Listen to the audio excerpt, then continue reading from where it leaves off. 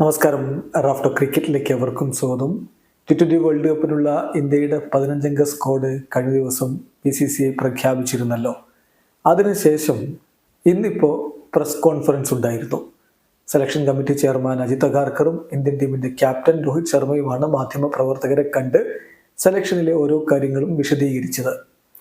Sanju Samson Indian ടീമിലേക്ക് വരുന്നു. ഋഷഭ് പന്ത്, സാംസൺ എന്നിവർ വിക്കറ്റ് കീപ്പർമാരായിട്ട് US-ലേക്കും അതുപോലെ വെസ്റ്റ് ഇൻഡീസിലേക്കുമായിട്ട് പോവുകയാണ്. അവിടെയാണല്ലോ വേൾഡ് കപ്പ് നടക്കുന്ന 2 സ്ഥലങ്ങളിലായിട്ടാണ്.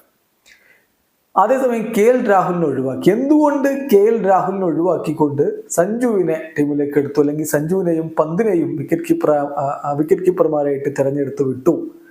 അതിനെക്കുറിച്ചുള്ളൊരു വിശദീകരണം അജിത് അഗാർക്കർ നൽകുന്നുണ്ട്. അദ്ദേഹത്തിന്റെ വാക്കുകളിലേക്ക് പോയാൽ, രാഹുൽ ഇൻക്രെഡിബിൾ പ്ലെയർ ആണ്, ഒരു സംശയവുമില്ല.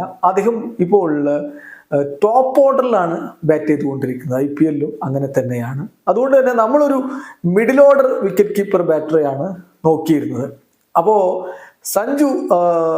സഞ്ജു സാംസണ് മിഡിൽ ഓർഡറിൽ വന്നിട്ട് ഹിറ്റ് ചെയ്യാനുള്ള എബിലിറ്റി ഉണ്ട്, ബാറ്റ് ചെയ്യാനുള്ള എബിലിറ്റി ഉണ്ട് എന്ന് നമുക്ക് തോന്നി. തീർച്ചയായിട്ടും നമുക്ക് ഓരോ സ്ലോട്ടുകളും ഫില്ല് ചെയ്ത് പോവുകയാണ് വേണ്ടത്.